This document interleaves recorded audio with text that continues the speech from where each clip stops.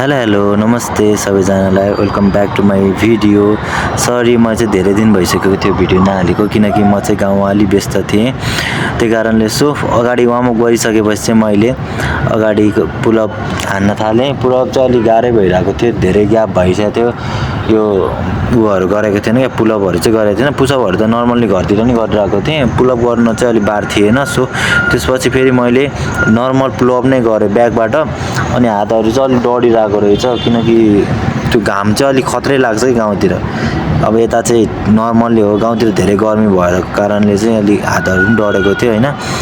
त्यसपछि मैले चाहिँ चट्ट लाएर यसो हेरेर अनि मैले यो ट्राइसेपको लागि गर्न थालेँ। ट्राइसेप चाहिँ एकदम बवाल भएको थियो, किनकि पहिलाको हेरी होइन भ्यू पनि राम्रो भएको थियो कि मैले एक्सर्साइज गर्ने ठाउँमा चाहिँ शङ्ख पार्क हो होइन। अनि यहाँनिर चाहिँ पहिला बेन्च चाहिँ पुरै ब्ल्याक मात्र थियो नि त फलामको, अहिले चाहिँ कलर सर लाएर राम्रो बनाएको रहेछ, एक्सर्साइज गर्ने मान्छेहरू पनि आइरहेको रहेछ। त्यसपछि मैले पुसअप गरेँ, पुसअपको लागि पनि राम्रो एकदम कम्फर्टेबल भइरहेको थियो पहिलाको हेरी। पहिला अझै होचो पनि थियो, अनि अहिले फलामहरू जोडेर अग्लो पनि बनाएको रहेछ, प्लस कलर पनि गरेको राम्रो आएको थियो होइन। भ्यू पनि राम्रो आयो, आफूलाई एक्सर्साइज गर्न पनि राम्रो फिल भएको थियो।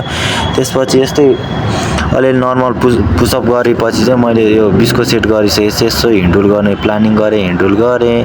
यसो अगाडितिर हेरेको केटाहरू भाइहरू पनि रहेछ त्यहाँ होइन, केटाहरूलाई अनि यसो भेटौँ भनेर गएको। धेरै दिन भएको थियो नि त नभेटेको, केटाहरूलाई पनि भेट्यौँ।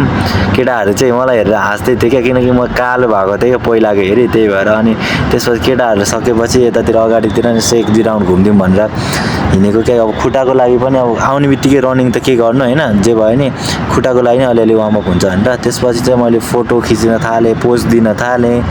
यसो कस्तो भएको रहेछ भने फोटो नि खिचेको क्या। अब कालो भयो पनि होइन, कालो भयो नि मान्छे त ठिकै हो नि होइन कि सबैजनालाई। ल ठिक हो, बाई बाई।